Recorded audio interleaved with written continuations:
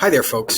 So I wanted to make a video for the evaluating document here. This is the last and final part of the MYP the MYP Design Tech class. You can do this even if you just barely made a toy. You can do parts of this even if you didn't totally make a toy. In fact, you can do 3/4 of this if you didn't make a toy. You can do the before testing part, which is part 1, which is creating tests. You can do possible improvements that you would have made if you had made your toy for real. And you can do the impacts of your toy, even if you didn't make it. The only parts you really can't fully do is the part where you test it. But even that part, you can kind of do some of that. The part that you really can't get, you can't get full credit because you can't do authentic product testing if you don't have it. But you could still explain the success of the solution if it had been real and things like that. So especially with, you can do that stuff if you want. So what I want to show is how to fill out these different parts of this. So I'm going to do that right now. I'm going to be using this toy here that I have been showing as an example on a couple different occasions. I had started from this drawing down here. And I ended up I did all the steps, I did all this other stuff. So you've seen this throughout in the other demo videos. What we're going to do here is if we look at the evaluating document, we need to paste our design specs in here. So for this first part, which is really part 1 and 2 combined, you're going to come up with some tests, and then you are going to actually do the tests in the best way that you can.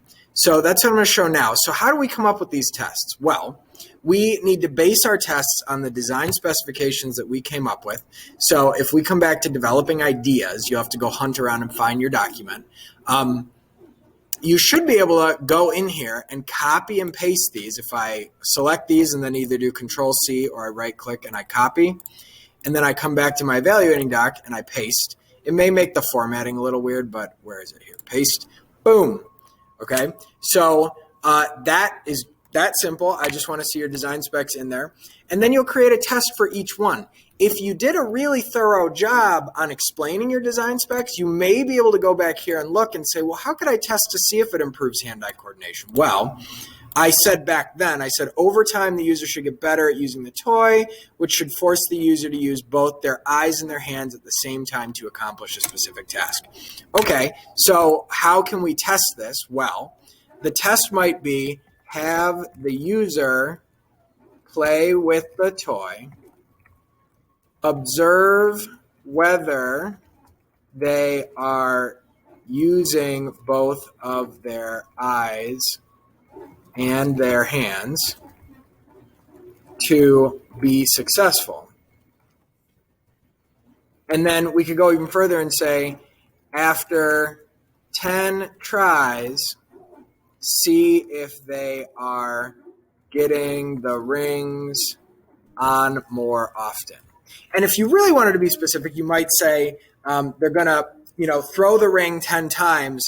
And if they're going to do it 10 times first and then do it a second 10 times. And if they get more rings on the second 10 times, then that means that they're improving their hand-eye coordination. So we probably know the answer to a lot of these, but let's go through the rest of these. So you're just going to go down this list. Is it safe? Well, in my case, it was for a 5-year-old. If we go back here and look, my audience was a 5-year-old. All right, no one should be able to be hurt by this toy. So the test here would be, you could look and say, like, are there sharp corners? I will see if there are sharp corners that are uncomfortable to press up against with my finger. Okay, that could be a test. All right. Another thing would be, are the pieces big enough or small enough, which I actually didn't include back in my developing ideas, are the pieces big enough or small enough to be swallowed? So maybe I had research. I happen to know, because I did some research before, that if the pieces are bigger than, I think it's the diameter of a hot dog, they can't be swallowed. Well, you could measure to see, are the pieces bigger than a hot dog? I will also measure to see if the pieces are bigger than a hot dog. So if you understand this part right now, I'm going to keep going with the rest of these for anyone who wants to watch, but you can skip ahead to the next part in this video where I talk about how to do this right side. It should be in the chapters along the bottom. You should be able to skip ahead to the part where it talks about part 2. So anyways, I'm going to keep going here though. So is it fun? All right, let's look and see what I said back here for fun. Okay, so I said my audience of 5-year-olds should be able to enjoy playing with the toy. This might mean that they will smile or play with the toy for a long time and say that the toy was fun to play with. So let's see, a test would be I will have the user play with the toy and note how many times they smile while they are playing with it. I will also take note of how long they play, because if they play longer, it probably means they are enjoying it. And you don't have to write perfect paragraphs or sentences like this, but you want to, shoot for a coherent idea. Self-contained.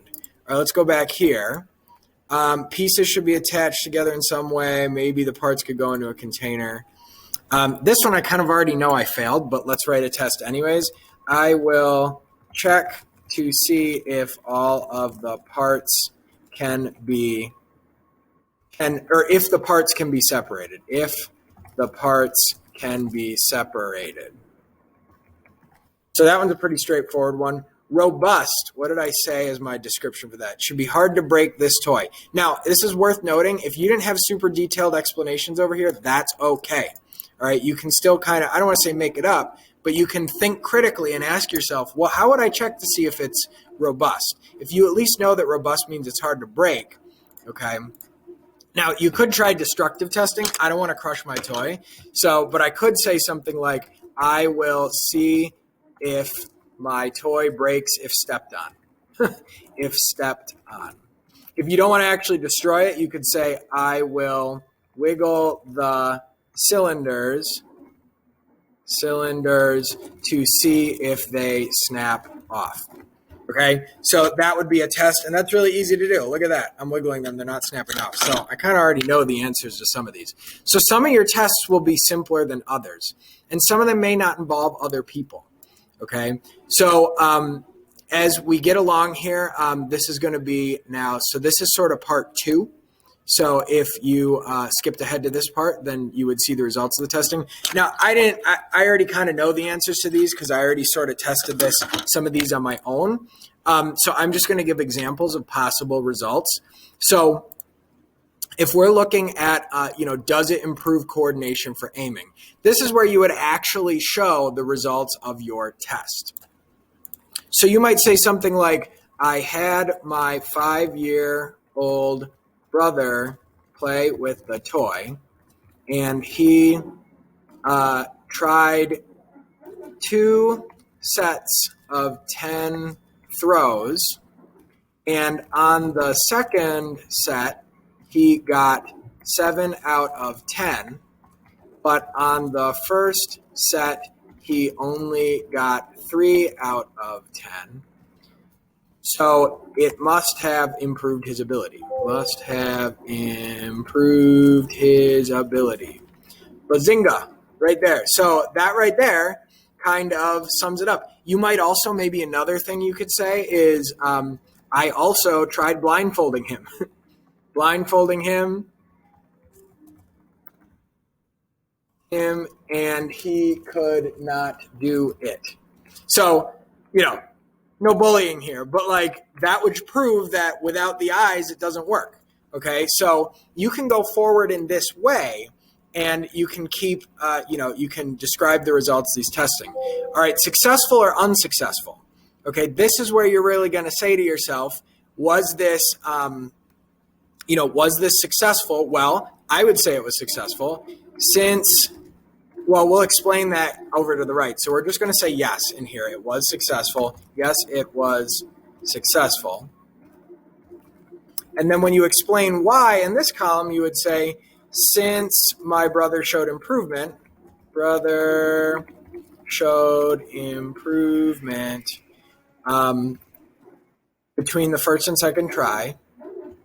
The first and second tries, he must have experienced better hand-eye coordination. I could also say, since he couldn't do the toy blindfolded, I know he needs his eyes to use his hands.